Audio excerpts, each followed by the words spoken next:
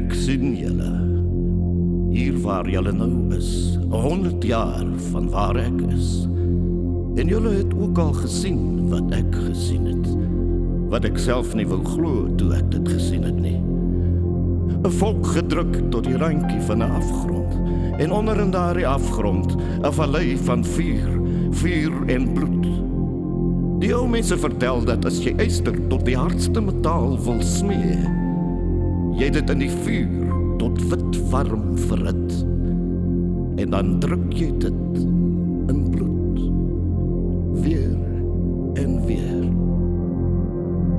So ook is dit met 'n volk.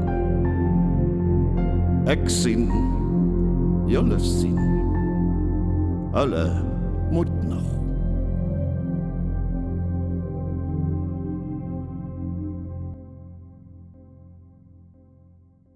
Ons staan nou hier in die begrafplaas van Steynsburg.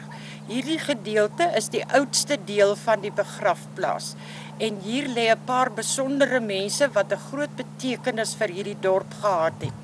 Die eerste ene is Ephraim Leon Cachet. Hy was 'n baie getroue kind gewees. Sy vader was vroeër die predikant van die gereformeerde gemeente en later by die Burgersdorp se teologiese skool van die gereformeerde kerk 'n professor. Sy vader is in Burgersdorp begrawe, maar hier lê hy by sy moeder wat oorlede is voor hom, en hy het ook aan die teologiese skool studeer vir 'n predikant, maar is op Ruiterskraal is hy doodgeskiet deur die Engelse nadat hy sy vriend gered het en hom voor op sy perd neergesit het, is hy doodgeskiet en die perd het met hom dood en sy vriend gewond aan die ander kant uitgekom by die boeremagte. Hier op sy graf staan dit geskrywe, vir die oorwinnaar was dit goud en titels en allerhande wêreldse goed, maar vir Kalman was dit 'n wonderlike laurierkrans vir sy trou en sy moed en sy liefde vir sy land en volk. Hierdie grafsteen is die grafsteen van Jan Christoffel Kreur. Hy was een van die 2 inwoners van Steynsburg wat in die Anglo-Boereoorlog gesneuwel het. Hy is op die plaas Rykstefleif, Steynsburg, op 7 Junie 1901 oorlede nadat hy in 'n geveg raak geskiet is.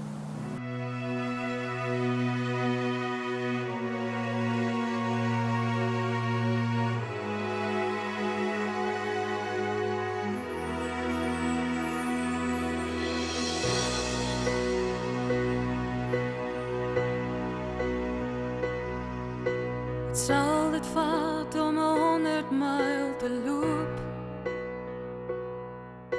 Wat sal dit vat om 'n plekkie te hardloop? Wat sal dit vat om jou hier by my te hê, my lief? Wat sal dit vat?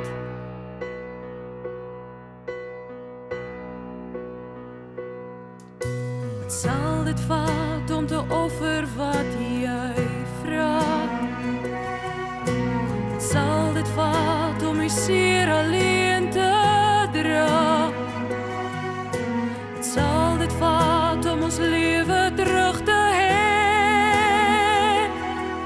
Soos die eerste keer die jou oë op myne lê. Ek sal by jou staan, sal by jou staan tot Ons was nou by hierdie graf gewees, enigste graf op die plaas, Isak Daniel van Zyl. Hy is gebore 1865.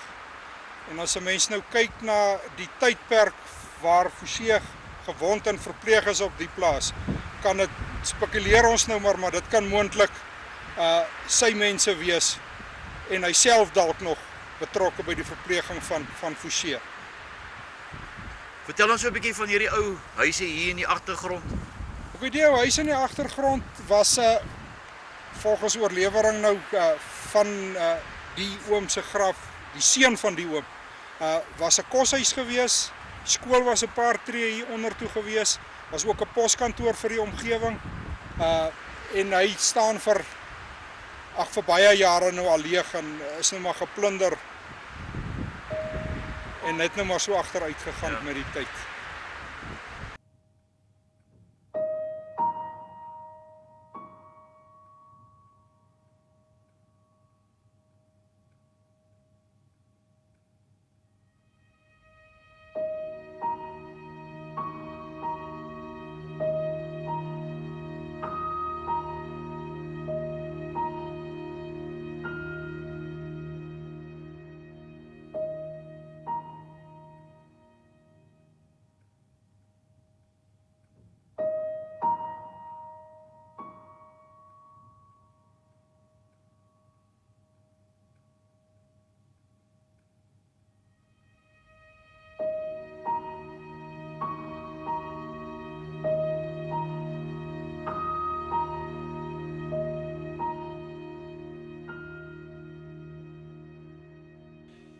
Is Willem Esthuizen. Ek is 'n boereoorlog entoesias en ook stel ek verskriklik belang in die wapens wat in daai stryd gebruik is, veral in die boerekant. Nou hier in my hand het ek 'n Wesley Richards 450577 Martini Hendrik karbyn. Nou van die lang gewere het hulle 37000 gekoop. Eintlik generaal Piet Joubert. Hy was die man wat hy was 'n tradisionalis, hy het nog geglo in die swaar kalibers. Maar die wêreld het aanbeweeg teen daai tyd al, maar hulle het 37000 van die groot gewere en 5000 van die karbyne het hulle gekoop. Karbyne is baie skaars, die tweede wat ek in my lewe gesien het hierdie ene. En hierdie het 'n baie interessante geskiedenis. Ek wil net 'n bietjie uitbrei daaroor. Hy is by Faber Spitz in die Vrystaat het hy in die Engelse hande geval. Nou hy is baie beter want dit is jou improved Martini. Waar 'n ander Martini byvoorbeeld 7 groewe het hierdie 9 groewe. En hy kan ook van agteraf skoon gemaak word. Waar die ander jy haal die slot uit. Jy vat 'n Martini patroon en sy rand maak jy hom oop en dan haal jy die hele slot uit, dan kan jy hom van agteraf skoon maak. Ander Martini moet jy van vooraf skoon maak en dit kan sy kroon beskadig. Dan skiet hy onakkuraat. Nou hierdie is baie skaars wat ek wil sê, hy is by Faber Spitz deur die Engelse gebuit, deur die Duke of Edinburgh's own volunteer rifles. En hierdie ou wat hom gebuit het, sy naam was, ek dink William McVitie. Dit is omtrent 7 plekke op die geweer gestempel. En hy het hom ook verander, dat hy 'n bajonet kan vat. Oorspronklik het die gewere nie, die karbyne kon hy nie bajonet vat nie, maar hy het hom gebruik en het 'n bajonet lug aangesit wat hulle noem, sodat hy met bajonet kan gewerk het. Baie skaars geweer, en hy het ook 'n indicator wat die ander nie het nie. As jy hom oorgehaal het, dan is daar 'n pen wat uit die aksie uitkom, wat vir jou wys daar is 'n patroon in die loop. Baie interessante geweer, gemaak deur Wesley Richards, skiet die Martini patroon. Hoe lyk die patroon? Die patroon is 'n geweldige groot patroon en hy maak baie lelike wonde as hy jou tref, want hy's van lood sy punt. Het jy nie 'n voorbeeld nie? Ek het 'n voorbeeld hierso. Ek kan net gou verskoon word, dan vat ek hom net hier agter my. Daar's verskeie van die patrone. Hierdie is byvoorbeeld 'n sagte dop. Hy is laat jy baie meer kan draai, dat hy lig is, wat 'n soliede dop is baie swaarder. So en hy het 'n papier om vir dat hy lekker smeer in die loop, dit maak dat hy maklik, dat hy nie die loop ook vuil maak nie en dat hy die groewe lekker vat. Dit is dan die Martini. Jy het verskeie Martinis gekry in die boeremagte. By die 37000 wat hulle gekoop het, hulle kon nie hierdie improved model met hierdie spesifieke slot volledig lewer nie. Toe daar baie ander Martinis ook bygekom. Party sommer uit stukke gemaak en die boere het dit maar alles aanvaar, want dit was in 'n noodsituasie. Hulle moes vat wat hulle kon kry. Nou daarvoor staan ons met die Martini dan. Wat is so 'n geweer nou werd vandag? Nee, dis moeilik om te sê, dit hang af wie hom graag wil hê. Ja. Kan baie geld werd wees, want dit is baie skaars en hy het baie geskiedenis en ons geskiedkundige ding daarso. En al sy merke en goed wat hy. Wat sou so geweer gekos het in daai tydperk? Ek het hier martinis, hulle noem dit die 4-pond martini. Hy het groot ZR op hom geslaan, groot merke. Dit is, hy het nie eintlik 'n maker nie, hulle is van uit met parte aan mekaar gesit. Maar hulle het gewerk, daar was nie 'n probleem nie, hulle het geskiet. En die gewere was op die ou end gebruik as toe die Mausers opgeraak het. Ek gaan jou nou 'n Mauser wys. En toe die Mausers die patrone opgeraak het, kon hulle nog altyd Martini patrone kry, want die Britse magte het ook nog Martinis gebruik by die 303's wat hulle mee geskiet het. Wat sou so geweer gekos het in daai tydperk van die Anglo-Boereoorlog? In watter jare is hy gemaak? Hierdie een is gemaak in 1897, maar is ook 1896 en daar's ook ek dink 1898 op van hulle gemaak deur Wesley Richards. Dit is baie interessant, die geweer volledig is in Engeland gemaak. En daar staan op hom gestempel made specially for the ZIR. Maar die binnekantste gedeelte is in België gemaak. Hy het ook 'n aparte serial nommer van die Belge. Dis jou improved martini. Hy's baie beter as die gewone Britse martini. Ons het nou met die Steyr Guedes te doen. As gevolg van die noodsituasie wat ontstaan het die boere enige wapen wat hulle in die hande kon kry gekoop. Hier was 18.000 van die gewere vir die Portugese leer gemaak. Die gewere is ontwerp deur kolonel Castro Guedes van die Portugese weermag. En in die begin van die oorlog het hierdie geweer sy aan die skerpskutters uitgereik. En hy het 'n dodelike tol geëis onder die Britte. Hy kan geweldig verstel word sy versiere. En hy kan baie ver skiet. En die boere het hom die bynaam van die Gidi gegee. Maar soos die oorlog aangegaan het en ammunisie het begin skaars word, het hulle ammunisie ingevoer wat te klein was vir die boer. Dit absoluut onakkuraat geskiet en die boere wou hom glad nie meer gehad het nie. Daar is 18.000 oorspronklik van die gewere gemaak en die boere het 9.000 gekoop. Baie skaars, maar daar is 'n hoë, soos hulle in Engels sal sê, 'n survival rate van die wapens. Ek het baie gesien al. Maar alhoewel daar net 9.000 gekoop was van hulle. Watter jaar is dit vervaardig en wie het dit vervaardig? Man, die Steyr en Oostenryk het hulle vervaardig. Steyr 1885, 1886 staan op, dis die model 1885. Hierdie se serial nommer is 7177. So hy is amper by die 9000. Hy het van 1 tot 9000 gegaan. En hierdie is nommer? Hierdie is 7177. Yes. Wat was sy reikafstand gewees met sy oorspronklike patroon gewees? Hulle praat van 1400 meter.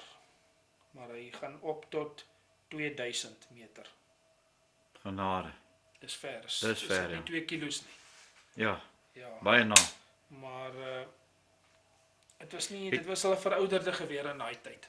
Het jy jammer, het jy 'n voorbeeld van hoe sy patroon lyk? Ek het 'n voorbeeld van hoe sy patroon lyk. Snaaks, die twee wat ek hier het al twee sagte punte. So lyk hulle. En waar is die ammunisie vervaardig? Ammunisie is in Portugal vervaardig en in Oostenryk, maar die wat ons gekoop het is basies almal in Oostenryk. Hier op linkerkant is die Martini, 'n sagte dop patroon met papier om die lood. Hy is kaliber 450-577. Dit beteken die koel is 450 kaliber en die agterkant van die dop is 577. Dit kom oorspronklik van die Snyder af wat in 'n 577 kaliber was. Toe het hulle hom afgenek dat hy 450 is. En op die regterkant hier is jou Steyr Guedes. Hy is 8 mm, 8x56, dis die lengte van sy dop. En hy was oorspronklik 'n swartkruit patroon, hy het met swartkruit geskiet. Hierdie Martini ook, maar hy het later het hulle hom met rooklose kruit gelaai. Nou, rooklose kruit het 'n baie groot voordeel, jy kan nie sien eintlik waar die skut is nie. Enige koel wat afgevuur word, maak maar rook, maar in 'n baie mindere mate. Jou swartkruit maak dat jy sien waar die skut is. En dis dodelik gevaarlik vir hom, want dan sien nie die oppositie waar hy is, dan skiet hulle baie rookkolonne tref hom gewoonlik. Die wapen wat ek hier in my hand hou is 'n 7 mm, 7x57 mm boereoorlog Mauser. Dit is die mees populêre wapen van sy tyd gewees. En hy was so te sê rookloos, so hy was dodelik. Hy het 'n 174 grain patroon afgeskiet, wat 5 in 'n plaatjie gelaai was. Dit is bitter vinnig om hom te laai. Jy maak die slot oop, hy het 'n gleufie, jy sit hom daarin, en jy druk hom met een slag van jou hand weg, en jy kan aangaan. Jy kan hom ook opgetop het met enkele patrone as jy nou tyd gehad het. Want baie ander wapens kan jy dit nie meer doen nie. Nou hierdie is 'n fantastiese wapen gewees, en die boere het 'n groot hoeveelheid van hulle gekoop. Jy het ook 'n korter ene gekry, die karbyn, wat aan byvoorbeeld die kanonniers uitgereik was, of ouens wat 'n perd gery het, wat was nie so lank nie. Maar die groot populêre was die lang Mauser. Hulle het gepraat van for God and the Mauser, vir God en die Mauser. Dit was hulle lese. Nou hierdie een is baie interessant. Hy het aan 'n boere soldaat behoort, die Harmse. Is hy op die kolf uitgesny met 'n mes. Draai vir my so 'n bietjie. En dit is, meeste van die gewere het Australië toe gegaan. En daar's 'n ander man daarso wat hulle versamel. En hy het ook boeke geskrywe oor hulle. En hy het al die meeste van die gewere het hy natuurlik nou Australië toe geneem. En wat ook baie interessant is aan die geweer, die man het, of die Harmse het 3 ouens doodgeskiet wat hy absoluut van geweet het, of 3 soldate. Want dis met kruise aangebring. En bo kan die kruise is gevegte wat hy aan deel geneem het, is net regaf streepies wat hy gemaak het. Colin Steyn van die Vrystaat, president MT Steyn se agterkleinkind, hy het ene van 'n kommandant wat, ek dink daar 27 van daai blokkies hier op die kolf. So hy het 27 Britse soldate doodgeskiet, daai man. En ja, wat kan 'n mens nog sê? Watter jaar is hierdie gewere gemaak? Hierdie gewere is die model 95 Mauser, maar hulle is ook gemerk partymal 1896. En hulle is deur DWM gemaak, Duitse Waffen- und Munitionsfabrieke in Baden, Karlsruhe in Baden in Duitsland. En ander is, hulle is gemerk Mott Mauser, hierdie een is 'n Mott Mauser, Mott Mauser 1896, Ludwig Loewe.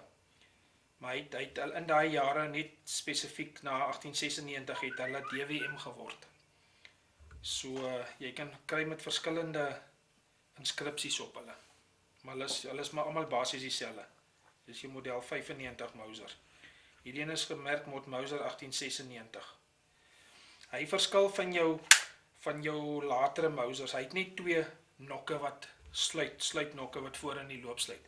Waar jou model 98 het 'n derde sluitnok agter, wat hom baie sterker maak. Maar dit was 'n uiters effektiewe wapen hierdie, en die boere kon waaragtig hulle kon skiet met hom. Wat was sy reikafstand geweest? Dit is moeilik om te sê, maar jy kon maklike as jy hom seker op 'n myl kon raak skiet, sou jy hom doodgeskiet het. Maar hy het nie so groot verwondingskrag gehad nie. Ouens het gou weer reggekom wat geskiet was met hom. Want hy het 'n skoon gaatjie gemaak. Waar jou Martini 'n groot trauma veroorsaak het, 'n groot stukke vleis uit jou uitgeruk het. So jy sou gevoel het as hulle jou met 'n Martini raak geskiet het? Ja, nee, absoluut. Om heeltemal verbrysel, absoluut. Hierdie ene maak 'n netjiese gaatjie en die mense is gou weer agterna, die soldate is gou weer agterna gesond. Nou reg agter jou is daar 'n karbyn waar daar hang. Kan jy hom vir ons afval en net vir die kyker net wys? Wil hom nie graag afval. Wil jy hom nie afval? Hy's nie volledig nie. Ek soek sy voorste gedeelte. Ja. Maar hy's in sy saalsak. Dit is 'n berede man van die Engelse se wapen gewees. Dit is 'n 303. Hy vat 5 patrone in 'n kleiner magasyn. Nou hy's eintlik 'n lansier. Hy't saam met die lansiers wat hulle het 'n lans gehad en dan het hulle ook hierdie kort geweer gehad, karbyn, wat hulle in 'n saalsak agter hulle been gedra het op die saal. En hier is ook 'n Britse bandelier vol oorspronklike patrone, 215 grains. En hier is ook Hulle is merk 2 is hierdie patrone. Hulle soliede punte. Dan is daar ook merk 4's en merk 5 wat holpunte gehad het. Dimdims wat verbied was. Maar hier was 'n geweldige hoeveelheid van daai patrone in Suid-Afrika en van Britse afkoms. So hulle het nie almal gebeere nie. Party van daai goed is by die Britte gevind, party is by die boere gevind. Wat moet jy maak as jy oorlog maak en jy het ammunisie nodig? Jy vat wat jy beskikbaar het. Maar dit was eintlik onwettig aan die kant van die Engelse, want hulle was ondertekenaars van die Geneefse konvensie. Ons nie, maar ons het streng daarby gehou. Nou waar kom die woord dam verby? Dis die arsenaal in Indië waar daai patrone die eerste maal gemaak was. Dim. Met daai patrone wat ons hier voorsien op regterkant is hierdie geweers in die 7x57 mm Mauser. Hulle is Cupronickel die punt en hy weeg 174 grein. En baie akkuraat, hy kon deur 'n ploegskaar skiet, netjies 'n gaatjie en hy het nie lelike wonde veroorsaak as iemand getref word nie. Die mense het gou herstel. As jy nie 'n doodskoot gekry het nie, het jy gou weer herstel. Waar hierdie ander patrone nie die geval was nie, want hulle was baie swaarder en vir alle loodpatroon maak 'n lelike wond. En ek kan sommer jou arm afskiet of jou been of as hy jou tref, dan gaan jy baie trauma hê daardeur. En daar was ook nie eintlik bajonette vir die gewere nie, want die boere het nooit eintlik met bajonette beklei nie, omdat hulle so min was. Maar daar was vir die staatsartillerie en so aan was daar bajonette gebestel as lang goeters wat hulle gehad het, maar agterna het hulle weer bestel, maar die orders het nie uitgekom nie, want die blokkade by De La Goa Bay, Lorenzo Marx was dodelik. Hulle kon nie hulle goede deurkry daar nie. Al hulle ammunisie en goed nie. So hier is nou die derde geweer wat die boere gebruik het ook. Die derde geweer wat die boere gebruik het, en die boere het ook 303's gebruik. Hulle was baie lief vir 'n 303 want hy 10 patrone gevat, waar hierdie net 5 patrone gevat het.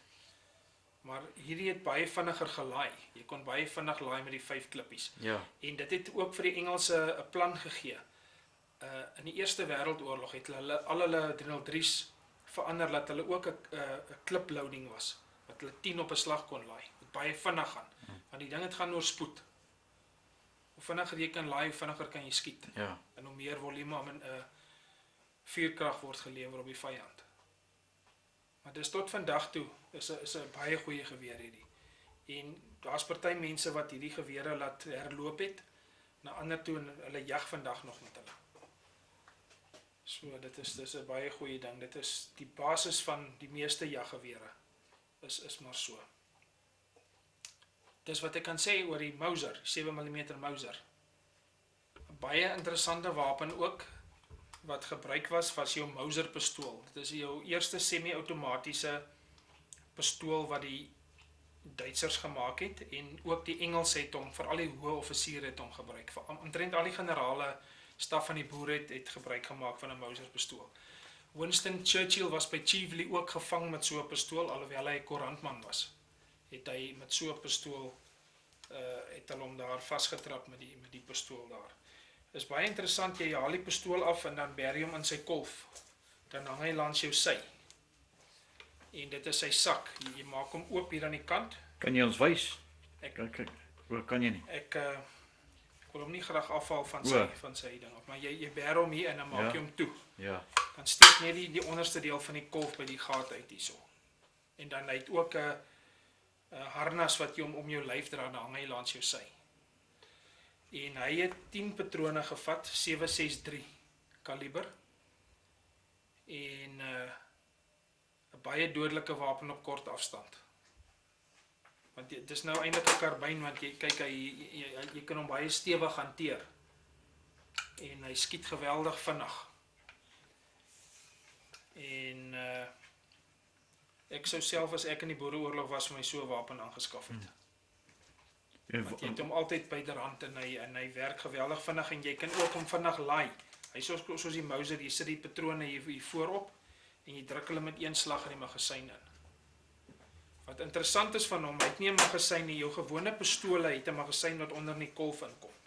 Hierdie een se magasyn sit voor in die aksie. Baie interessant is.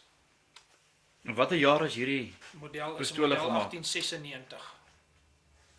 En wat interessant is van hom, al skroewe wat hy het, is die skroewe wat deur die kolf gaan agter om die kolwe vas te hou. O ja. Hy het verder raak hy net in mekaar in. As jy nie weet om die ding uitmekaar en aan mekaar te sit nie, is niks om hom uitmekaar te maak nie.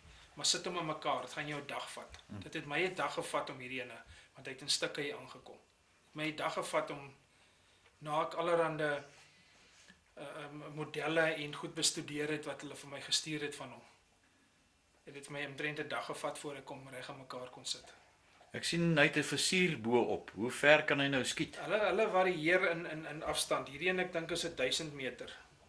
Nee, hy's 500 meter, maar jy kry wat tot 1000 meter kan, wat gemerk is. En dis seker 'n baie rare geweer. Nee, hulle is tot Was nie dit? raar nie, hulle is tot in die Tweede Wêreldoorlog gebruik Ja. en die Duitsers hulle tot om in 'n 9 mm gemaak. 9 mm parabellum. Jy het hom ook in die ou dae gekry in 'n 9 mm eksport, wat 'n lang 9 mm patroon was wat ek sou verkies het. En ek het al een van hulle gesien hier in die distrik hier van Sterkstroom. Maar hierdie almal is 763's. Baie interessante wapen. Hierdie is sy 10 patrone wat jy van bo af laai, jy druk hulle met een slag weg. Jy haal hom oor so en dan hy hak nou nie lekker nie, maar jy sit hulle daarin en jy druk hulle af met jou hand. Een slag en dan is hulle in en dan sy gelaai. En dan as jy hom hier druk, dan skiet hy. Outomaties. Nie outomaties, semi-outomaties. Semi-outomaties. Outomaties is wanneer jy hom eenmaal druk en hy hou aan met skiet. Ja. Semi-outomaties moet jy elke keer die sneller druk. Hy semi-outomaties, maar 'n wonderlike ding. Hulle het hom agterna gemaak in die Tweede Wêreldoorlog dat hy outomaties kan skiet. En dat hy 'n langer magasyn ook. Wat hy by hom het. Ja, die indruk van onderaf. Hierdie een het 'n magasyn wat klaar vas is aan hom, hy kan nie uit nie. Hy sit aan die wapen vas. Die ander een druk jy in van wat jy kan onder indruk.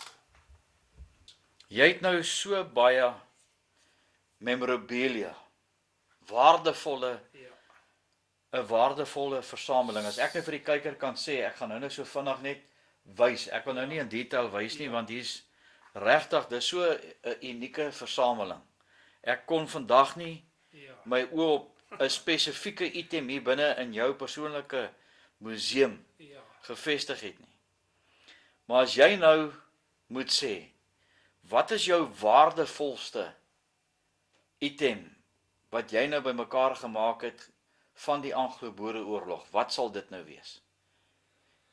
Jy hoef nou nie vir ons te wys nie, want ek meen dit is nou baie waardevol, maar ek sal net Ek glo daar's medaljes hier wat ek het wat baie waardevol is. Baie geskiedkundig ook. Ek het kommandant P.H. Breitenberg se dekorasie vertroue diens. Wat 'n baie rare ding is. Hy was ook een van die ondertekenaars van die Vrede van Vereniging, of 'n afgevaardigde althans. Hy was nie 'n ondertekenaar nie, hy was 'n afgevaardigde. En ook ek het assistent veggeneraal J.F. Jordaan se burgerunie wapen, nommer 69, Transvaalse goud. En hy was die man wat vir generaal De Wet in die rebellie gevang het. En generaal De Wet het gesê, hy is so bly dat 'n boer hom gevang het, nie 'n Engelsman nie. Daar's 'n waardevolle stukkie metaal. nou wat is nou meer waardevol? 'n geweer of 'n medalje? Ek dink 'n medalje. Medalje. Ja, want jy het meer geskiedenis wat jy in daai ding kan koppel as wat jy aan 'n geweer kan koppel. 'n Geweer, hy het sy eie storie, maar jy kan nie altyd daai storie opdiep nie. Hoekom ek nou so rondkyk, waar's jou vuurkleur? My vuurkleur is hierso. Ek het hom nou net met my geweer. Hier lê. Ek het hom. Hy's hier. Ja. Nee, ek het daar agter gesien, ek wil maar net vir interessantheid. En die Vrystaatse Ja. vlag. Daar is hulle al twee. Nee, ek moet vir die kyker sê, Daar is die jy het 'n ongelooflike versameling die in. Vrystaatse vlag. Hy was maar nou net hierso toe ek bietjie gewerk het hier in my goed het hy nou net. Het hy nou net bietjie. Ja, ek het baie interessante goede en ek ken die geskiedenis van al die goede. Kyk nou, hier is waar die kanonpatrone ingekom het. Dis 'n wonderlike ding. Hierdie een is nou, Waar het jy dit in die hande gekry? dit het van die mots afgekom na my. Ja. Nou jou 4.7 skeepskanon, hulle kon nie by Longtom bykom met hulle gewone kanonne wat hulle gehad het nie. Toe het hulle die skeepskanonne afgehaal en hulle het vir hulle wiele aangesit. Hier is 'n foto van een van daai 4.7 skeepskanonne. Kyk sy tuisgemaakte wiele wat hy het. Hulle het dit in Simonstad gemaak. Dit is klomp Engelse, Britse troepe hier. Daar is daai 4.7 skeepskanon. Hier is sy patroon. Daai patroon het hier ingepas. In die Kaizon. Die Kaizon is 'n wa wat hulle agter die kanon gesleep het waar die ammunisie ingery het. Maar die ammunisie was meer sensitief as jou gewone kanon ammunisie, want sy stamp kon nie dalk afgaan. Daarom het hulle hom in hierdie kurkhouers gehou. Ja. En daar is ook hierdie een is nou 'n bietjie later model. Kyk, koningin Victoria is dood in 1900. Hierdie een het die koning se kroon op. Maar kyk net hoe mooi sy geskilder daarop. Ja. En elkeen was so. Elke patroon was in so 'n ding verpak. En hy's van kurk en as hy met seil oorgetrek en dan het hy nog 'n handvatsel gehad waar hy hom gevat het. Hy het hier ingehak. Ja, kyk vir al die boervrou en kinders wat hulle doodgemaak het, so ek dan nou, as ek 'n wens kon uitgespreek het, dat 'n paar van hulle daarom kon afgegaan het daar tussen hulle. Nee, dit is waar. Dit is so. Maar hulle het hulle eiland leer ken op die ou uit ook maar. Ja, ek dink hulle was nogal verbaas geweest met al die opleiding wat hulle gehad het. Hulle het by ons baie lesse geleer. Hulle Ja. het hier geleer van doringdraad. Hulle het hier geleer van loopgrawe. Dit was dinge wat vir hulle nie so baie duidelik was nie. En dapperheid. En dapperheid, beslis. Boere was baie dapper. Ja. Onthou ons was maar 21.000 man. Hulle het elke slag 450.000 man in die veld kon stoot. Wat ons nie kon doen nie. Dis nou behalwe die kolonialers en goede wat hulle hier gehad en die town guards en die goed. En die verraaiers van ons eie mense wat nou by hulle was. Dit was ons grootste doodsteek geweest daai. Nou hier was ook verskeie veldslae hier in die Sterkstroom omgewing gewees. Ja. En ek wil nog vir jou gevra het vandag, Ja. die gemiddelde wintertemperatuur in hierdie omgewing, waarna kyk 'n mens? Want as 'n mens nou in ag neem, en hoekom ek sê dat Ja. hierdie boere sulke dapper Absoluut dapper. mense was. Met Jan Smit se inval hier in die Kaapkolonie in 1901 het van sy manne op pad na Tarkestad, hulle het 'n groot geveg by Modderfontein gehad op die 17de September 1901. Maar daai vorige nag het daar omtrent seker maklik 12-15 man met perde en al verklein langs die pad. En wat hulle party het hulle nooit weer gesien nie. Dis na hulle deur Basutoland, die land die Oos-Kaap ingekom het. Daar het die Basutos op hulle van hulle lewendig afgeslag van die vrouens het van die boere in die hande gekry dan. Hulle lewendig afgeslag vir toordoeleindes en goede. En die mense was geweldig dapper. Jan Smit se mense wat ingekom het, hulle het byvoorbeeld amper nie meer klere gehad nie. As jy die boeke naslaan, dan gaan jy agterkom hulle het hulle hoofaantreksels wat hulle gehad het was 'n graansak wat hulle uitgesny het. So hulle het dit nie maklik gehad. Ja, hulle het dit bitter swaar. Ja, hulle was nie soldate en hulle was boere Hulle was gewees. boere gewees, ja. En die Britte het hiernatoe gekom Ja, met opgeleide alles. manne, hulle het alles gehad. Vir Ja. die kleinste besonderhede het hulle 'n dingetjie gehad. Ja. Hulle het tot 'n dingetjie gehad om hulle grondseile van hulle tente, 'n krammetjie. Ek weet nie hoe hulle alles vervoer nie, maar Ja. jy slaan nie jou hande saam as jy sien wat hulle alles om dit vir hulle maklik te maak het. Hulle Ek haat tot vandag bully beef. Ja, nee, ek hoor vir jou. En daai bullybeef was giftig hoor. Ja. Dit het hulle vergiftig ook want dit het lood ingehat. Want die some van daai blik was met lood verseël. So dit het sy tol geëis ook maar. Jy kan vir jouself dink. Ons het nou vanmiddag gou hier by die begrafplaas gestop dat jy net die een Britse offisier wat daar by Stormberg dood is. Ja. Dis 'n kolonel. Hy's nie dood daar nie. Hy's eers amper seker 3 weke na die slag van Hy Stormberg. is seker daar raak geskiet en Hy's toe. raak geskiet daarso, ja. Hy was luitenant-kolonel H.A. Eager. 'n Baie dapper man. Hy's daar raak geskiet. Mens weet nie of dit deur die boere was nie of deur hulle eie kanonne nie. Want hulle het daar te kort geskiet en toe skiet hulle baie van hulle manne raak. En hy is hier in die veldhospitaal dood. Ek het die foto's van die veldhospitaal hier en ook die personeel en mense wat daar. Maar is dit nou nie so tragies nie? Ek en my vrou is nou die afgelope 6 jaar besig om al die boervrou en kinders se konsentrasiekampe te dokumenteer en te gaan vervulling. Absoluut tragies. En nou kom jy, die kyker kan sien hoe lyk dit nou hier by Sterkstroom Ja. se kerkhof. Ja. En daar is heelwat Britte daar begrawe. Daar's 53 begrawe daar. En kyk net hoe mooi 116 jaar later Ja. word hulle grafte versorg. Ja. En jy het met die een veldkornet se graf gewys. Ja, is toegegroei. Ongelukkig Ja. kon 'n mens nou nie die name goed meer so duidelik sien nie. Ja. En is toegegroei. Hoekom het ons boerevolk die passie verloor om ons geskiedenis met 'n passie by ons mense uit te bring en dit te laat herleef wat 'n dapper mense hulle was? Absoluut. En dit is vir ons gedoen. Dat ons 'n veilige hawe kan hê. Dis ons eie skuld ook in baie gevalle dat dit so met ons gaan soos dit gaan. Want ons het 'n skuldgevoel wat ons nie hoef te hê nie. Ons het regtig niks verkeerd gedoen nie. Ja, Ons vir onsself maar net beskerm. ja, Dit gaan nie met ons beter nou nie. Ons taal is onder aanval. En kyk hoe gaan dit met die boere wat uitgemoor word dag Ja. vir dag. ja. En niemand sê daaroor ietsie. Oor see sê hulle niks. Hier sê hulle niks. Niemand praat daaroor nie. Dis aanvaarde ding. Ja, dit gaan my verstand te bowe. Ja, dis moeilik. Oralse waar jy kom en jy sien net die omstandighede wat daai boere Ja. in die veld moes geleef Dis het. absoluut moeilik. In die bittere koue hier waar ons nou in die Lady Grace se berge ook was, waar kommandant Forsie geskiet was. Onthou nou hulle is in die winter daar so. Hulle kan nie vuur maak nie want dan sien die Britte hulle. Ja, dis waar. So hulle moes rondgevlug het in hulle eie vaderland. Omdat die Britte so geldgierig was toe goud en diamante hier ontdek was. Absoluut. Maar hulle wou ons uitgeroei het wortel en tak. Hulle het van barbaarse metodes gebruik gemaak. Hulle kon ons nie wen man teen man nie. Dis daarom dat hulle 38,000 van ons vrouens en kinders in die konsentrasiekampe laat omkom het. Willens en wetens.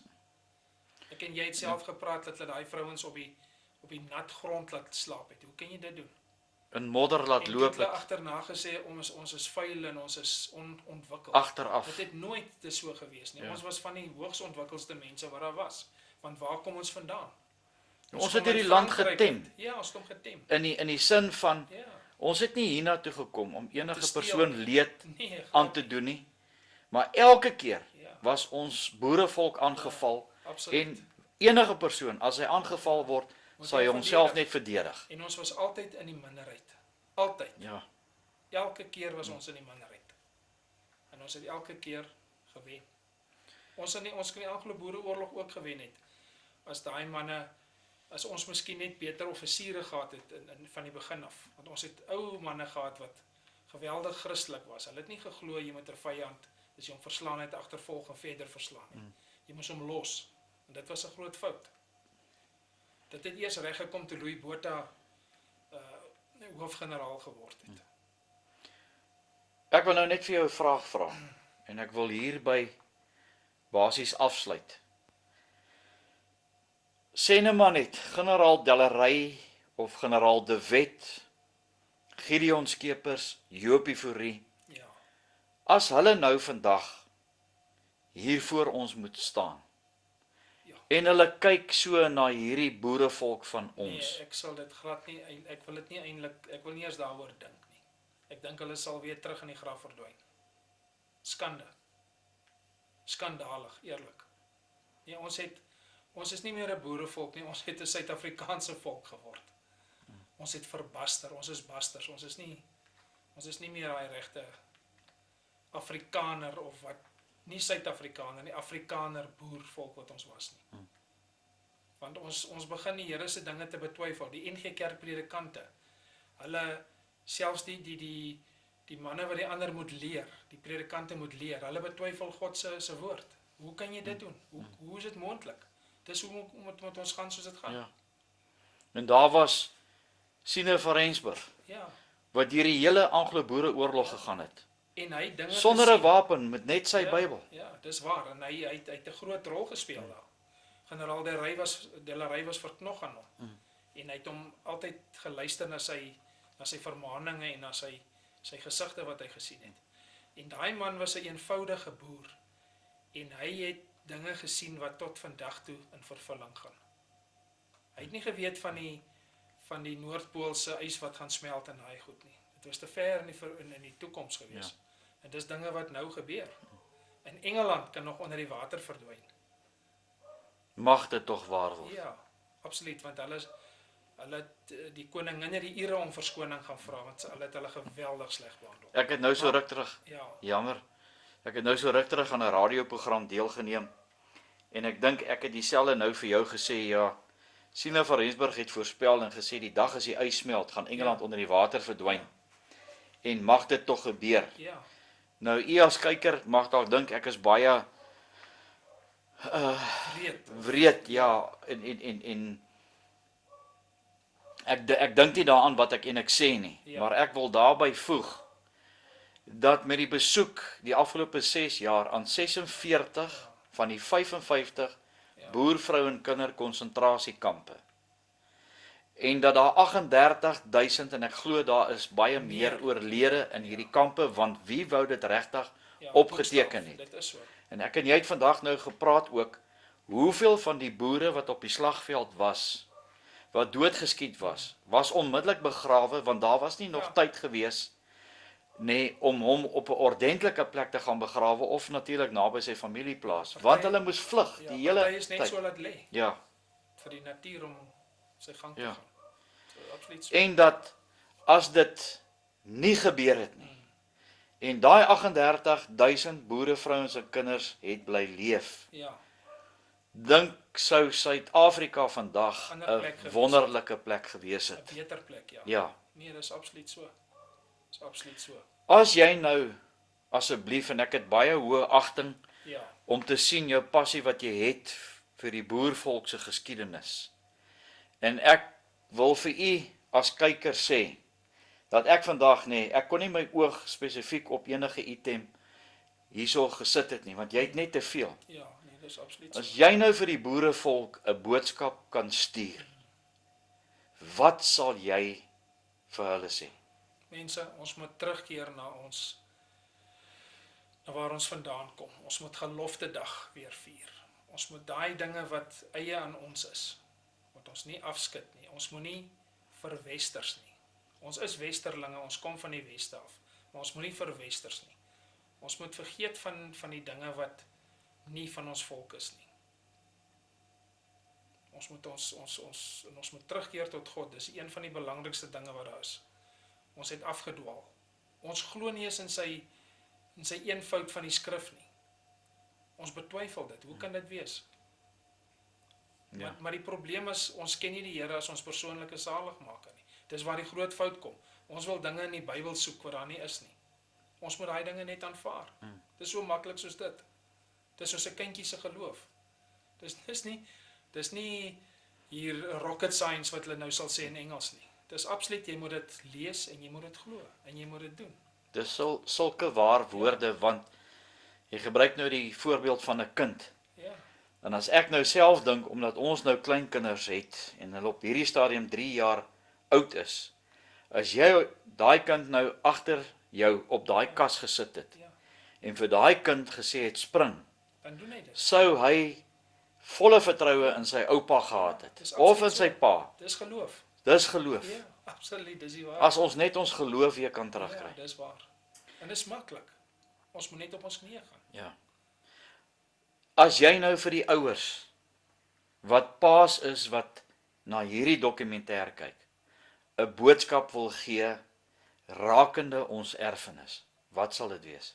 Hulle moet terugkeer na ons beginsels toe, waar ons vandaan kom. En daar is nie ander dinge wat jy nou kan aangryp wat van ander lande en van ander. Ons is boere en ons sal boere doodgaan. En moenie vir my sê, hoe weet ek is 'n boer nie? As jy nie weet jy's 'n boer nie, dan gaan jy nie weer 'n boer wees nie. Dan is jy Suid-Afrikaner. En ouers ook aanspoor om Ja. hierdie ongelooflike erfenis te gaan Oor te besoek, oordra en te besoek kinders te en gaan oor wys, dra. boeke te kry, ja. Ja, absoluut. Ja. Daar's baie goed wat gedoen kan. En om mense soos jy te ontmoet, Ja. Ek wat hierdie geweldige passie hier hierso vir het. skoolkinders in die verlede het ek hier 'n les of twee gegee. Ja.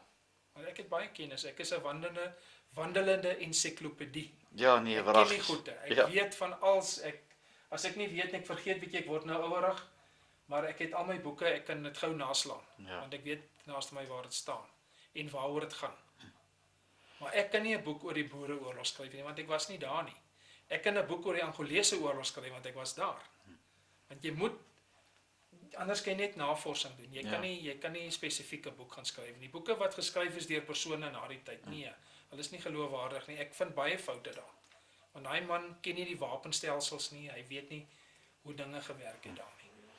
Nou ek wil ook hiermee afsluit en vir die kykers sê, dat uit 'n boer se hart uit, wil ek vir jou sê baie dankie, vir die ongelooflike passie wat jy het, en ook jou gasvryheid. Tot ons gaan nou vanaand hier by jou oornag, Dis 'n maar kenmerk van 'n boer is gasvryheid. dis 'n hoekom feit, ons so nee. diep Ons in het die dit nou moeilikheid so gekom weer het. ondervind, ja. Absoluut. Dis Om vir jou sê baie dankie. Jy het hier 'n unieke versameling. Ek weet nie of jy mense gaan toelaat om vir jou te kom kuier nie, want net eers reggepak word, is bietjie deurmekaar hierso. maar namens my vrou en myself wil ek vir jou sê baie dankie. Dis vir my 'n groot Jy het plesier. 'n groot bydrae gegee met die vertelling van jou vanmiddag ook met die rebelle van die Stormberge. Nee, dis absoluut so. En 'n mens voel goed. En dis mense daardie, die rebelle, hulle het baie gehad om te verloor. Hulle het alles op die altaar geplaas. Nie gedink nie, hulle het gedink vir hulle mense, want hulle was boere. Ja. En hulle het Maar alles net 'n verloor. Skeidslyn wat getrek was by die Oranje rivier. Ja. Selfe mense wat oor kan die rivier was hierdie kant. Hulle was maar net nie saam op die groot trek nie, dis Ja. al. Hulle het agtergebly. Maar hulle het hulle familielede en hulle mense, hulle het gevoel hulle moet help. Ja, hulle het geglo in hulle God, Glo, absoluut, in hulle land en in hulle Absoluut. mense. absoluut. En hulle het alles verloor. Daai mense het alles verloor. By die vrede van vereniging wou Louis Botha en hy generaals wou gehad het, hulle moes daai mense behandel as boere wat van die Oranje Vrystaat en die Transvaal af gekom het, maar die Britte wou nie. So daai mense is gestraf agterna. Was van hulle wat alles verloor het, was van hulle wat tronk toe gegaan het. Was van hulle wat nog jare gewerk het in die tronke en in die steengroewe en al daai plekke. Op die hawens en baie goed. So hulle het erg verloor. Willem, baie dankie. Dis 'n groot plesier. Dis nou 'n voorreg, nee, om iemand soos jy te ontmoet wat die passie wat ek het en ek glo wat die kyker sal hê en die wat hierna gaan kyk by hulle dalk sal aanwakker om hierdie wonderlike geskiedenis van hierdie boerevolk. Ons het 'n wonderlike geskiedenis. En ons Verder het die mooiste taal wat daar is. Ek hou van Engels. Ek is 'n meester in Engels, maar daar's een taal en dis Afrikaans. Daar's nie 'n mooier taal nie. Ja. Nee, goed dit. Willem. Baie dankie. Groot plesier.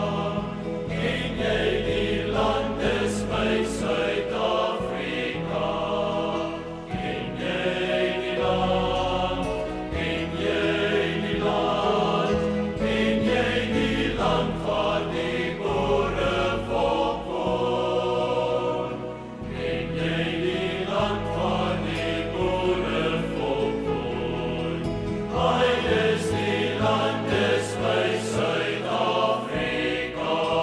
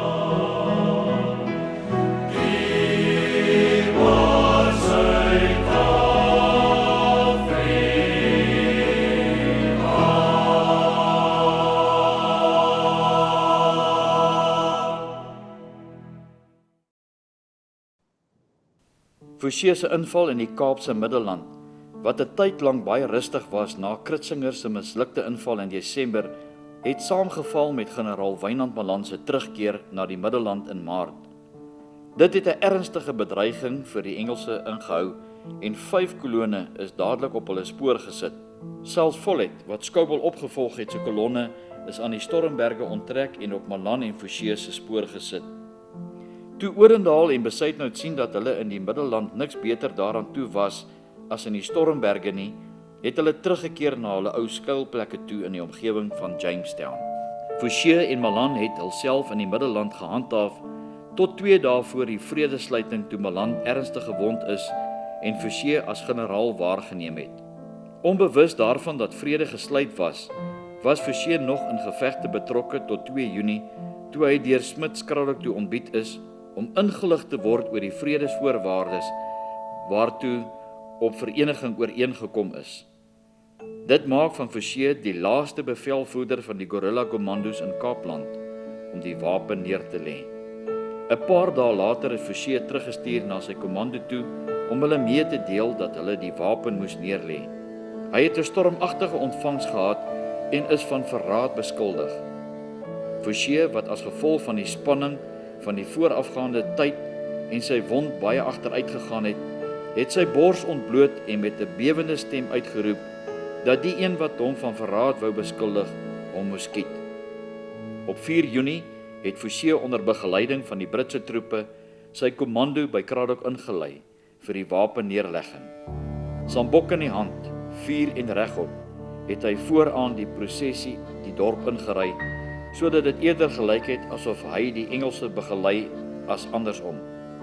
Saam met Forsier het ook kommandant Piet Wessels, voorheen die leier van Forsier se verkenners, en Forsier se jonger broer Christian, die wapen neergelê, terwyl sy 2 veldkronette, wat intussen tot kommandante bevorder is, Besuitnout en Odendaal op Allewal die wapen sou gaan neerlê.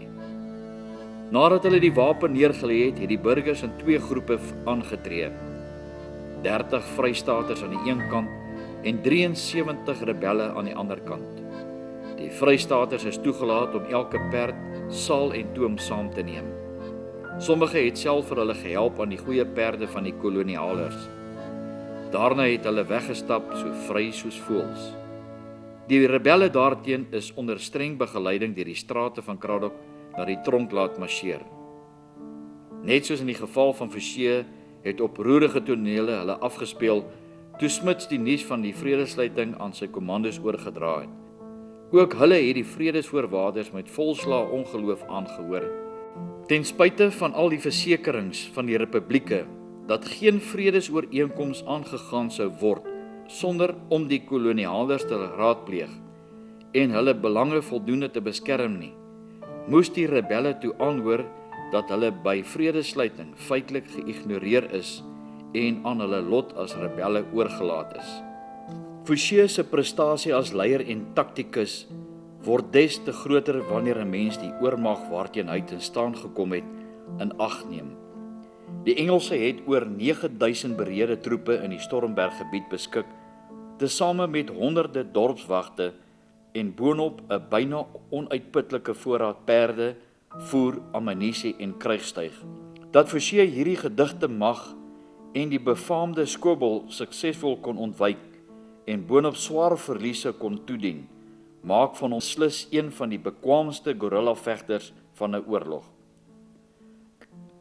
'n Britse geskiedskrywer uit die jaar 1902, H.W. Wilson, maak 'n uitsonderlike erkenning deur na Forsier by die wapenneerlegging op Cradock te verwys as that formidable commandant, 'n kompliment wat die skrywer nie eens Smuts laat toekom het nie.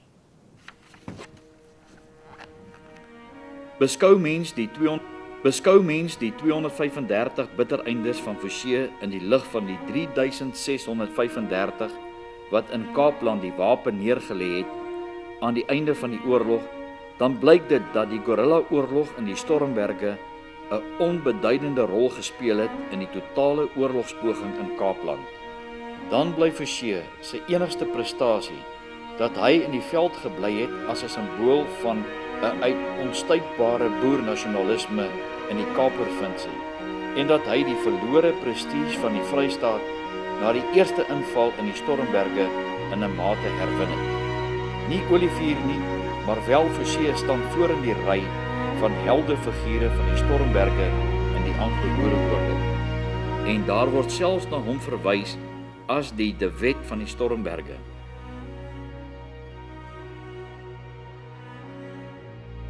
Forsier het egter 'n geïsoleerde stryd in die Stormberge gevoer wat weinig impak gehad het op die verloop van die oorlog in die Kaapkolonie.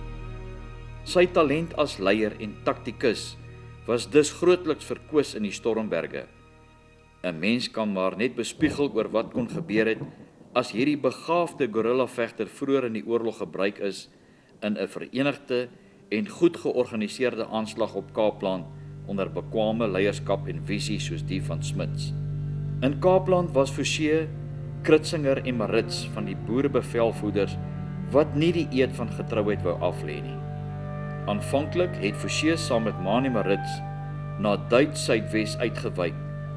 Vandaar is hy saam met Kritzinger, kommandant Gideon Joubert en MacDonald, Kritzinger se sekretaris en later predikant, na die Verenigde State om geld in te samel vir noodleniging aan verarmde boere. Die sending het egter nie veel opgelewer nie en Forsier, Kritzinger en generaal Ben Viljoen het Mexico toe gegaan en daar 'n nuwe tuiste probeer vind. In 1903 is Suid-Afrika besoek deur Lord Chamberlain, die Britse sekretaris van kolonies, en by die geleentheid is die tronkdeure oopgegooi en alle kruisgevangenes en verhoorafwagtendes is vrygelaat, terwyl bandelinge wat nie die eed wou aflê nie, toegelaat is om terug te keer. Forsier het as 'n verarmde teruggekeer en het 'n tyd lank by Frans Joubert op Driefontein in die Allewal Noord-distrik gebly. Joubert het 'n bywonershuis aan Forsier beskikbaar gestel. En Forsier het 'n vriend van die Joubert-familie geword.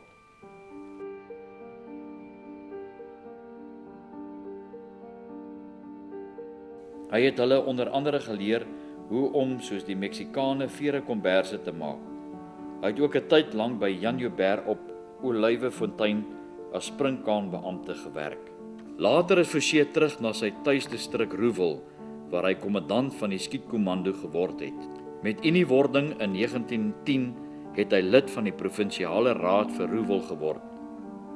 In 1914 is Forsier na Duitswes, waar hy aan die kant van die regeringsmagte geveg het en die rang van kolonel gekry het. Na die Eerste Wêreldoorlog het hy in die Suidwes Polismag aangebly totdat hy in 1935 afgetree het. Hy het sy lang militêre loopbaan verskeie medaljes ontvang, waaronder die dekorasie van getroue diens deur die Britse Oorlogsmuseum en ook die Victoria medalje. In 1935 het Forsier na die delwerye op swart riggings in Wes-Transvaal verhuis, waarheen daar in die depressiejare 'n groot toestroming van arm boere was. Hy het 2 claims op die plaas Nooit Gedag bekom en het tot met sy dood in 1939 op 65-jarige ouderdom 'n delwersbestaan gevoer in die delwersgemeenskap op swart riggings. In die delwergemeenskap het hy bekend gestaan as die ou kolonel wat Saterdae met sy rybroek, kamaste en sambok dorp toe gekom het om die week se oes aan spoeldiamante te kom verkoop. Niemand het met die 4 ou kerel met sy imposante liggaamsbou en flitsende oë skoor gesoek nie, want dan het sy sambok gepraat, kompleet nes op Oliviersfontein. In sy laaste jare het die grond waarop die claims was van sy eienaar verwissel en Forsier moes die huis wat hy bewoon het ontruim. Ten tye van sy dood het hy in 'n sinkgebouetjie van die mynowerheid gewoon. Hy en sy vrou is in die Delwerskerkhof op Nooit Gedag begrawe. Die grafte het geen grafstene of kentekens op nie en die hopiesgrond word al hoe kleiner.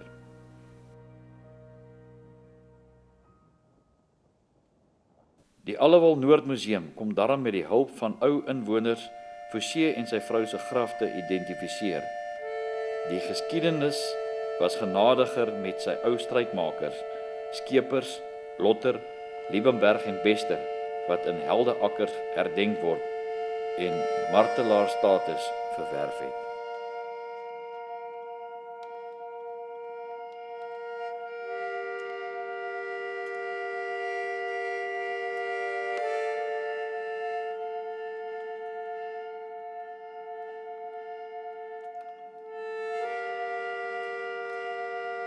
Anders as met die eerste inval het die Vrystater en kolonialer Forsiese Kommando tot 'n homogene mag ontwikkel waarin onder andere lojaliteit 'n skerp saambindende faktor was.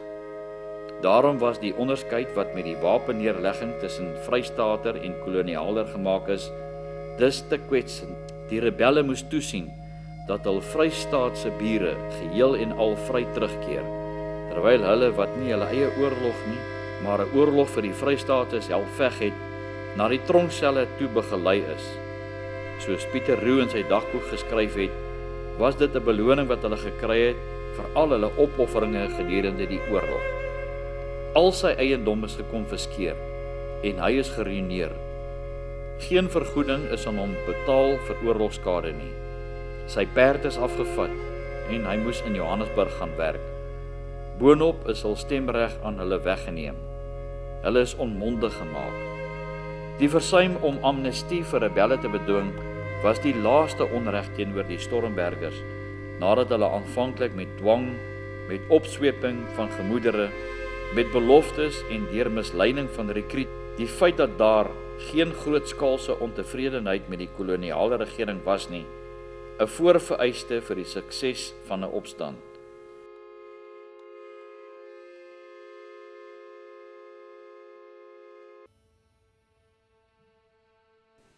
Dit was 'n daad van ontrouheid wat vergelding geroep het president Steyn gesê. Wat het dan geword van die versekering waarmee Smit van Transvaal afgekom het toe hy in Kaapland binnegeval het? Naamlik dat geen vrede aangegaan sou word, ook nie die bevredigende voorsiening vir die saak van die koloniale broers nie. En wat het geword van Olivier en president Steyn se versekering dat kolonialers wat hulle by die Vrystaters aansluit, by vredesluiting nie deur die republieke in die steek gelaat sou word nie, dat hulle belange tot die einde toe behartig sou word en dat hulle soos burgers van die Vrystaat behandel sou word. Hierby kan Olivier se vlug oor die Oranje rivier en die misbruik van die Stormberger rebelle se grond deur die Vrystaatse hensoppers met groot troppe vee gedurende die oorlog gevoeg word. Hierdie dade van ontrouheid en ongevoeligheid teenoor die kolonialer verdoof inderdaad die heroïsme van die republieke se stryd om onafhanklikheid.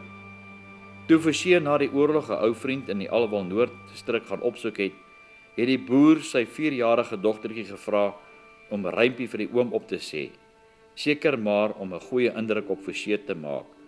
Die dogtertjie het haar rympie begin. Vrystaters, julle manteldraaiers, julle landsverraaiers. Forsie, wat self 'n Vrystater was, het haar 'n kroon gegee wat sy tot haar dood bewaar het. Die oorlog in die Stormberge het nie net 'n wrangoes van bitterheid tussen boer en jingo gelaat nie, maar ook tussen kolonialer en republikeinse bure in die noorde. Die Britsgesinde pers van Alwal Noord, wat met die uitbreek van die oorlog verklaar het, "This sounded the death knell of boredom in South Africa," het soos volk gereageer op vredesluiting. "Boer independence is absolutely a thing of the past. Never again is distinctly written over that portal. Mulder will surmount the difficulties that may arise in such a way as to lay deep and solid the foundations of British supremacy in South Africa."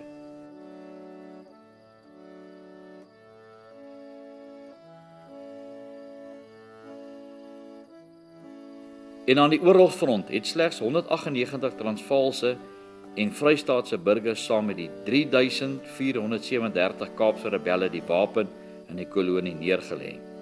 Die ander het reeds voor die tyd huis toe gegaan en die stryd in die kolonie aan die rebelle oorgelaat. Nogtans het dit mooi praat gekos om die rebelle die wapen te laat neerlê. Die slag van Stormberg was 'n terugslag vir Britse eer, maar aan boerekant was dit 'n miserabele affære van geluk en verspeelde kanse. In die woorde van die bekende historikus Gustav Preller, hoe minder hieroor gesê word, hoe beter. Hierdie monument is in 2005 opgerig ter ere van die manne en vroue van die Kaapkolonie wat saam met hul broers en susters van die republieke, die Boererepublieke, teen die Britse oorlogspoging beswaar gemaak het, gerebelleer het. Die monument bestaan uit 2 bronsfigure, 'n man en 'n vrou wat die rebelle voorstel. Die man en die vrou is naak, want hulle is gestroop van hulle waardigheid, hulle is gestroop van stemreg, hulle is gestroop van hulle vryheid in hulle eie land. Ook Natal het sy kwota Afrikaner rebelle opgelewer. 409 van hulle is aan hoogverraad skuldig bevind en in die tronk gesit. Ook hulle het hulle stemreg vir 5 jaar verloor. Natalse rebelle is met moontlik 1 uitsondering nie tereggestel nie. Die oorlog was in sy 3de jaar. Op die lange duur was Kitchener se strategie suksesvol. Die 2 republieke was verwoes as gevolg van die beleid van verskroeide aarde. Daar was geen voedsel vir mens en dier meer oor nie. Die lyding was onvoorstelbaar. Die burgers op kommando, die vroue en kinders in die konsentrasiekampe, die vroue en kinders wat in die veld rondgeswerf het. En hierdie ontbering word goed geïllustreer deur die epiese tog van generaal Jan Smuts met sy 250 man in die Kaapkolonie. Hulle het geen voedsel gehad nie. Baie van hulle se klere was vodde. Party moes selfs Britse uniforms dra. En 2 van hulle is op bevel van Lord Kitchener, omdat hulle Britse uniforms gehad het, tereggestel. Die nagte was koud, die slaap min, en 'n volk wat so ly, word tot die einde beproef. In Mei 1902 het verhongerde vrouens en kinders nog 'n winter in die gesig gestaar. Daar was maar sowat 22.000 bittereinders in die veld. 10 keer minder as die Britse soldate in daardie stadium. In feitelik die hele Oos-Transvaal en 'n gedeelte van die Noordoos-Vrystaat was daar vanweë die Britse verskroeide aarde beleid geen voedsel meer vir die kommandos nie. Vyandige swartes het 'n al groter bedreiging geword vir die kommandos en die hawelose vroue en kinders in die veld. Die bitter einde het op laas aangebreek. Bykans 4000 boere het gesneuwel. Nog 2200 is aan siektes of in ongelukke oorlede, vir 'n totale verlies van sowat 6200 man. Die Britse verlies aan offisiere en manskappe was sowat 22.000, waarvan 8000 gesneuwel of aan wonde gesterf het en 14.000 aan siekte oorlede is. Tydens die samesprekings by Vereniging in Mei 1902 het 54 van die 60 afgevaardigdes vir oorgawe gestem. Die bittereinders het die Hensoppers en die Joiners verafskiet. Daardie verdeeldheid wat na die oorlog daardeur ontstaan het, is in die politiek en in die kerk voortgesit, en ten spyte van pogings van generaal Smuts, Botha en De la Rey, het daardie bitterheid bly voortbestaan. In November 1900 het Lord Kitchener vir Roberts as Britse opperbevelhebber opgevolg. Hy het 'n 3-ledige strategie gehad om die oorlog te beëindig. Eerstens het hy Roberts se verskroeide aarde beleid, wat sedert Junie 1900 gevolg is, voortgesit.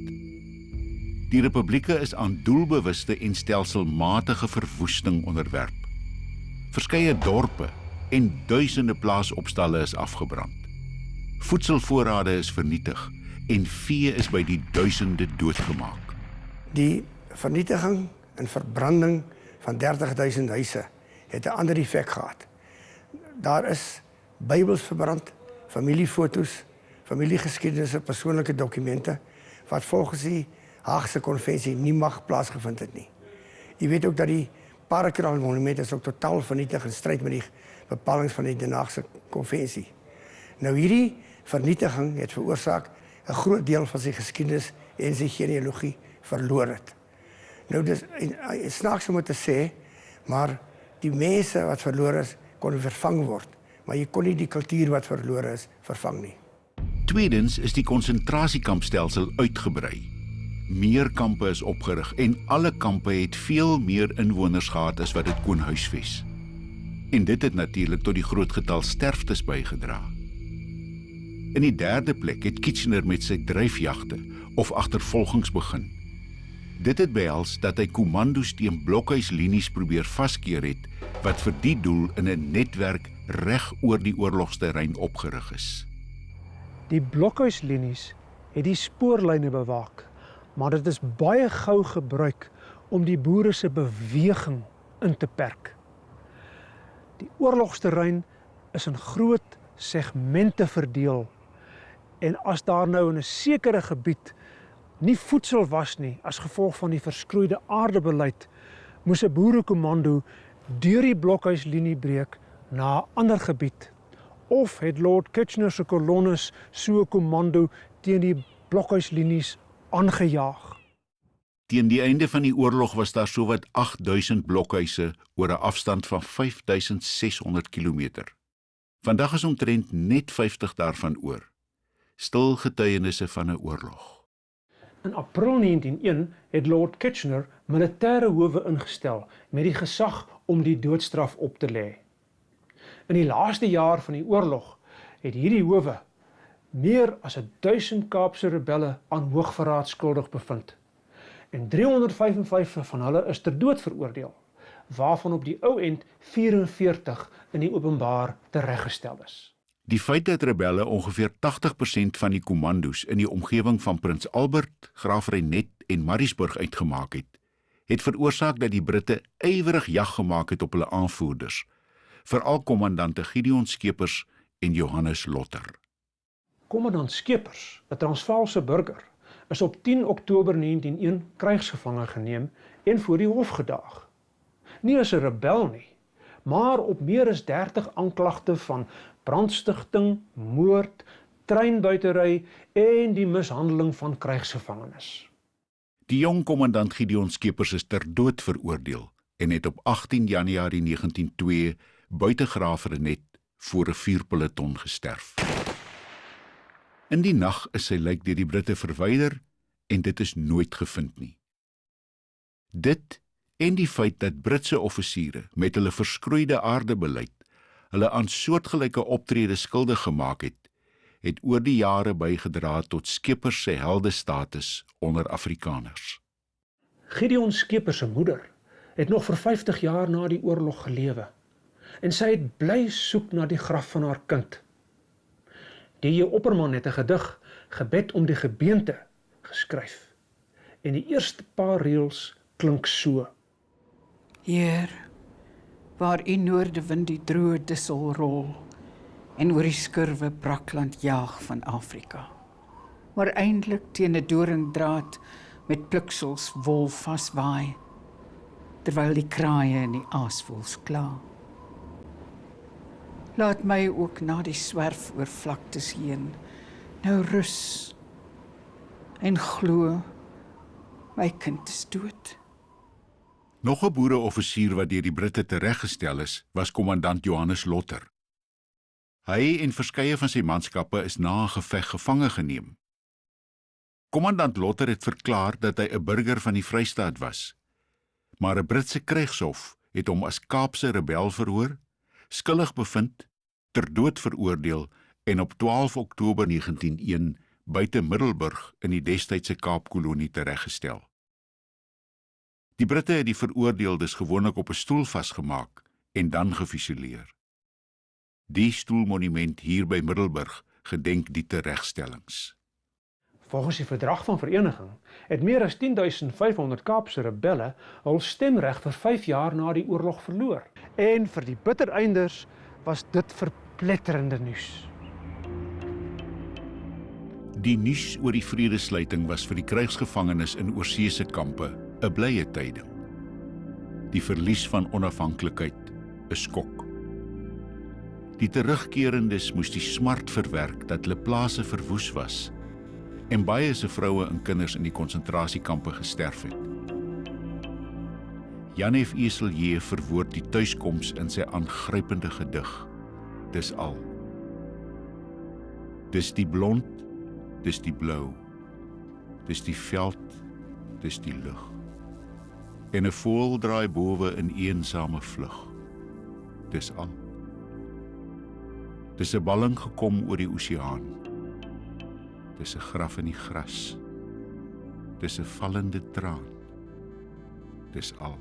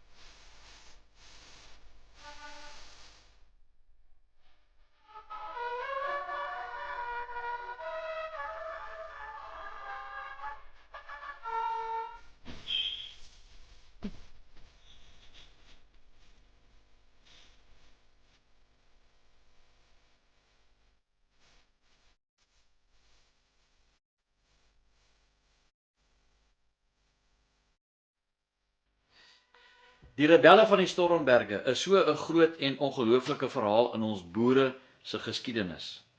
En dit is vir my en vir Annelie 'n baie groot voorreg om hier in die distrik van Dordrecht en Lady Grey hierdie ongelooflike mooi wêreld van julle by julle te wees aan huis. En dankie ook vir julle wonderlike gasvryheid.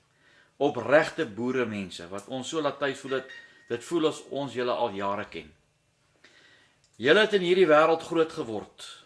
Julle ken die omstandighede. En ons was nou vir die afgelope paar dae oral in hierdie geweste wat julle seun Gerard ons heen gevat het. En ons wil vir julle net ook sê baie dankie. Maar oom Kas, oom het in hierdie kontry groot geword. Oom se pa het hier groot geword en oupa het ook hier groot geword. En nou gisteroggend, die kykers sal nou sien, was hierdie plek spierwit. Dit het soos 'n sprokieswêreld gelyk.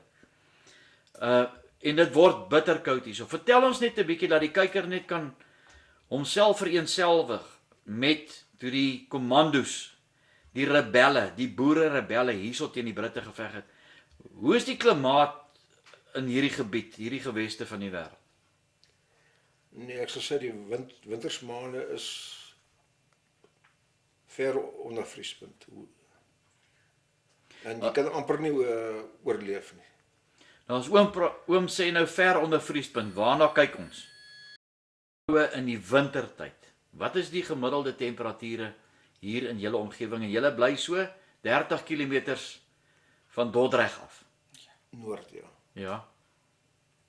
Wat is die temperature? Ek sal sê 7, Julie 7. -7. -7 gemiddeld. Nou om net vir die kyker te wys, dit is hoe dit nou gisteroggend gelyk het. Dit lyk soos 'n sprokieswêreld. Dit is spierwit geryp. Jy kan sien hoe lyk die motor ook, want ek het hom afgeneem. Heeltemal geys. So dit is baie koud. Nou oom Kas het my nou al 'n paar verhale vertel van die rebelle wat in hierdie omgewing was. Vertel 'n bietjie vir die kyker wat oupa vir oom Kas se pa vertel het in daai tydperk, want hulle het hierso wild en wakker op die Britte geskiet en die Britte het wild en wakker op. Ja, en my pa se oom was op Labuschagne in daai geveg gewees. En dit was nie net Europeane nie, daar was van Katrivier se basters by wat hulle sê wat die meeste snipers gewees het. Dis hulle wat kopskote geskiet het. So die basters was aan die Britte se kant gewees. Ja, hulle was aan die Britse kant gewees. Na die oorlog het die rebelle het baie van hulle hier agter gebly en op die plase gewoon. En is daar nog van hulle geslagte in hierdie omgewing? Ek sal sê ja. Ja. Eintlik het hierdie oorlog tussen Afrikaanse mense en Engelsman mense eintlik 'n haat gemaak. Dit was eintlik, ek wil sê amper nie goed nie. Was daar maar groot twee spalt tussen die twee, ja. Tussen die boere en die Engelse, en die Brit, ek bedoel nou Britsgesinde mense. Ja, nee, ek dink daar was maar haat. En het dit enigstens verander? Nee, ek dink daarom so. O. Nee, hy het daarom heel wat verander. Ja.